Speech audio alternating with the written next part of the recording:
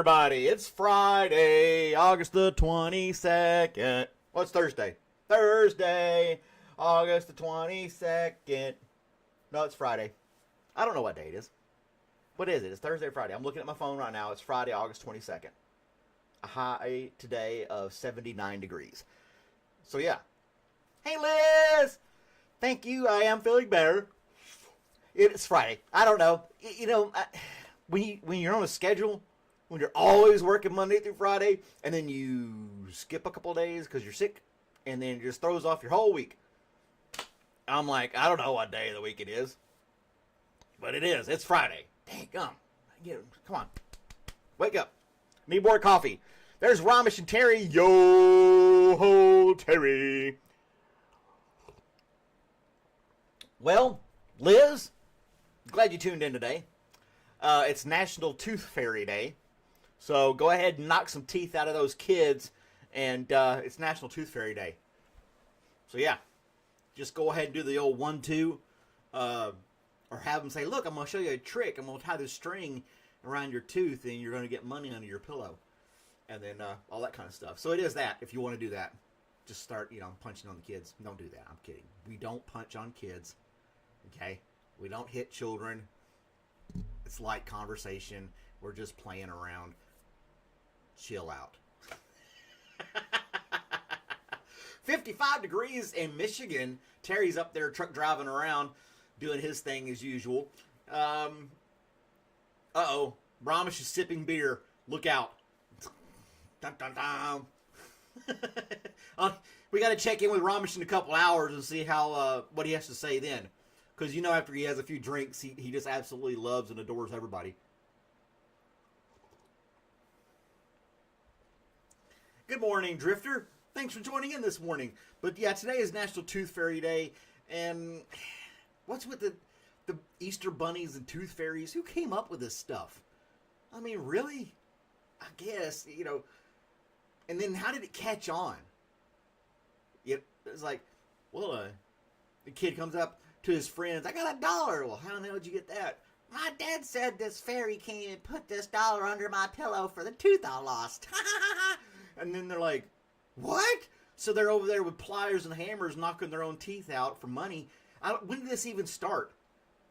That's the biggest question. And how did it catch on? And then a bunch of parents and people all over are going like, that's a pretty good idea. Let's try that. That's funny. I could put my spare change under there. Here you go, kid. It's not going to be so bad. You lost a tooth. Whoop-de-doo. But, yeah. Tooth Fairy's broke. Hey, Tooth Fairy only deals in Bitcoin now. So you're going to have to get cryptocurrency if you're going to deal with the Tooth Fairy.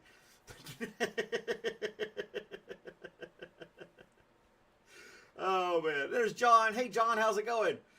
Are you a voice actor? I am not. Although I have wanted to be a voice actor, but I'm not. I'll tell you what, I can do a Hank Hill pretty dang good, and I can do a few other voices, too. But, yeah. All in one. Yeah, right? I should... Just stop doing this liberal humor. I don't know. Like, just playing around. This is what this is. It's 15 minutes, just light conversation, have a couple of laughs over a cup of coffee, and then enjoy the rest of your day. No big deal. So, Ramesh, if you had to forecast our day today, what's it going to be like for us today on a scale of 1 to 10? Ramesh is drinking a beer, so he's going to say like 9 or 10 out of 10.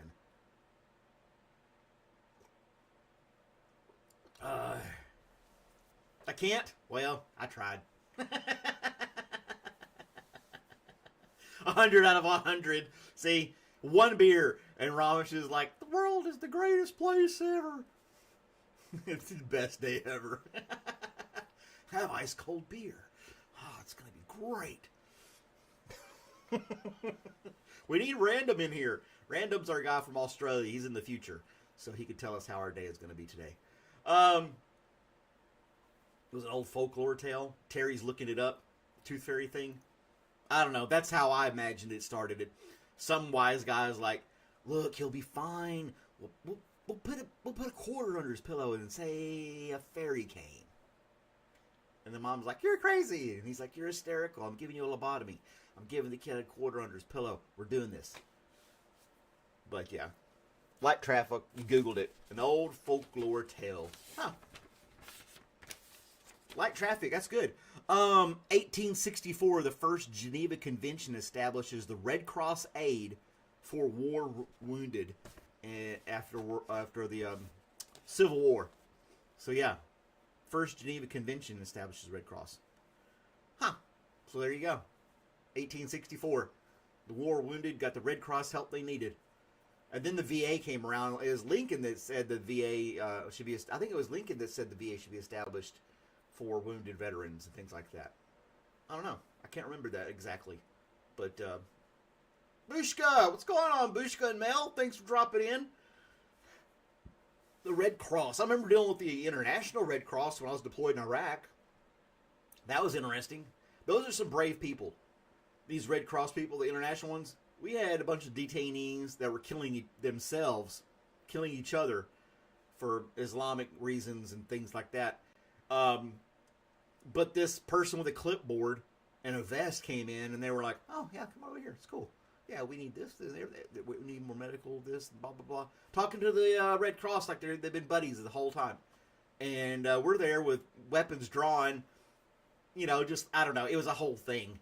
And being the United States of America and holding prisoners of war, basically,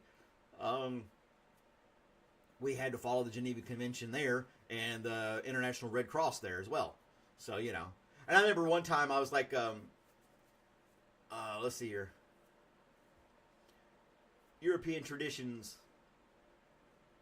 He's given us various tales of mice and other creatures leaving gifts for lost baby teeth and to ensure strong adult teeth. Huh. Well, there you go. What was I going to say? Oh, yeah. I had cut my finger when I was deployed. And I thought, I'll go over there to the medical tent, get a Band-Aid. No big deal. I go over there, and they're like, "No, this is for the..." And it was a Red Cross tent. And they're like, "Sorry, this is for the detainees only." I was like, "I just need a Band-Aid. You can't get it." It was like, "No, you'll have to go to the sick call, the Army clinic, to get your Band-Aid if you need a Band-Aid." And like, I'm on duty right now, and I'm sitting there having this discussion with this person who's in the Red Cross and would give the detainees everything they wanted, which is fine. And all I wanted was a simple bandage for my finger because I'm on duty and I didn't want to get dirt and grime in it while I was doing my job. And they wouldn't give it to me. Wouldn't give it to me. So I ended up getting a paper towel and some tape and made my own Band-Aid. But, yeah, that was kind of ridiculous. Kind of pissed me off in a way. But, anyone heard from Miss Nucci? Boom! There she is. She's here. She likes to hide in the background. Yeah, I'm glad I'm feeling better too. I'm not 100% though. Still, I had smoothies last night for dinner, and I just had a small bowl of cereal this morning. I feel full. It's like, I don't know, my stomach is like, "Dude, hold back. Don't eat so much. It's gonna be all right." So I'm like, not that I eat a huge breakfast anyway, but I didn't feel full off a bowl of cereal like I have recently. Like this morning. It's weird. But thank you for all the well wishes and good stuff like that. I am growing my beard back out. If you guys haven't noticed, I'm going to let it grow back out again. Why not? Blessings of beer. Oh my gosh. Do not let, if anybody is watching this and know where Ramesh is in India, do not let him have liquor. Beer is bad enough for this guy. I can't imagine him with some Jack Daniels or something like that. That would be just absolutely insane. There was this little story. I didn't really read into it. I was drawing it back. There you go. Letters from Dad. Women receive thousands of letters from Dad growing up. Now anyone can request a letter from Dad. It's this program. So if you got a deadbeat dad or your dad died or something like that, you can have this letter from Dad sent to you saying, "Hey kid, how you doing? I hope you're doing great in school. And how about those Red Sox? Yay!" Whatever. I don't know what these letters from Dad would be, but you can have these letters from dad sent to you. You know, if you're a single mom out there, and you're like, "Where's my dad?" Oh, he's sending letters. Here's one right here. What's a letter? You know, you're just gonna have to read it. How do I read? Holy crap! What am I doing? This is. That's okay. I'll take it anyway. And then I don't know. It'd be weird.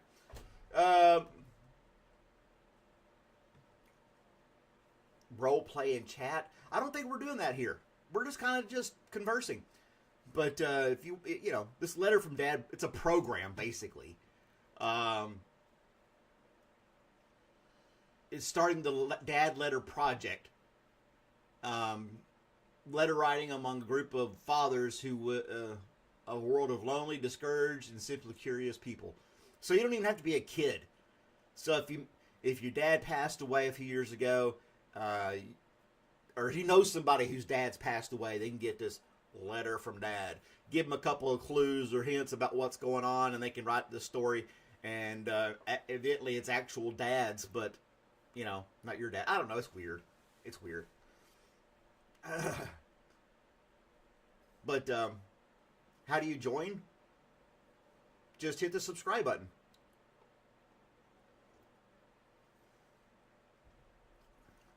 And you can be a member if you want to be a member for 99 cents. And then you can see the little number right there jump up to 5,010. Yeah, letters from dad. I remember writing letters when I was deployed. Back and forth. That was cool. I told you the story about getting one of my soldiers to write a letter to his girlfriend who was freaking out because she couldn't talk to him all the time. Like, it's 2004. The internet wasn't as strong as it is now. You write letters. People should still write letters. And, yeah, I work for the post office, and I want you to buy stamps. But people should write letters. It's kind of like a lost art form. You know? Just putting something to paper. But I won't harp on that. Yeah, tooth fairies, Geneva Convention, and letters. There's your stats for the day. The weather outside is going to be nice. Nicer, I should say. Like you said, it's 55 up in Michigan. It's 70-something down here in Georgia. So it's going to be good as far as weather is concerned. Ramesh said it's going to be 100 out of 100, so go buy a lottery ticket today. I don't know what to tell you about that.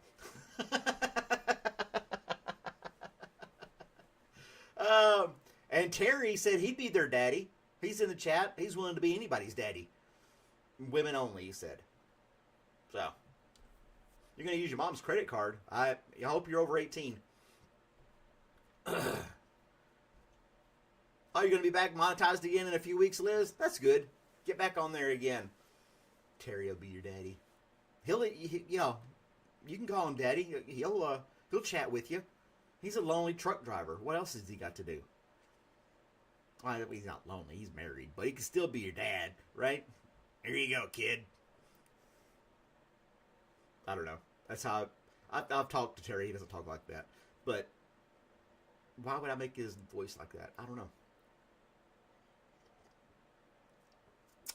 Well, that's about my time. I only do 15 minutes in the morning. I've got about a half a minute left here. I got a new series coming out this evening. I'm going to do a little short video called I Hope You Learned Something. And just going to brief talk about some random stuff, kind of off the wall, useless trivia information that people can use. So tune in for that tonight. Guys, have a great day. Thanks for watching. You guys are awesome. I love every one of you. Not as much as Ramesh loves everybody, but there's still love. So have a great day, guys. Bye.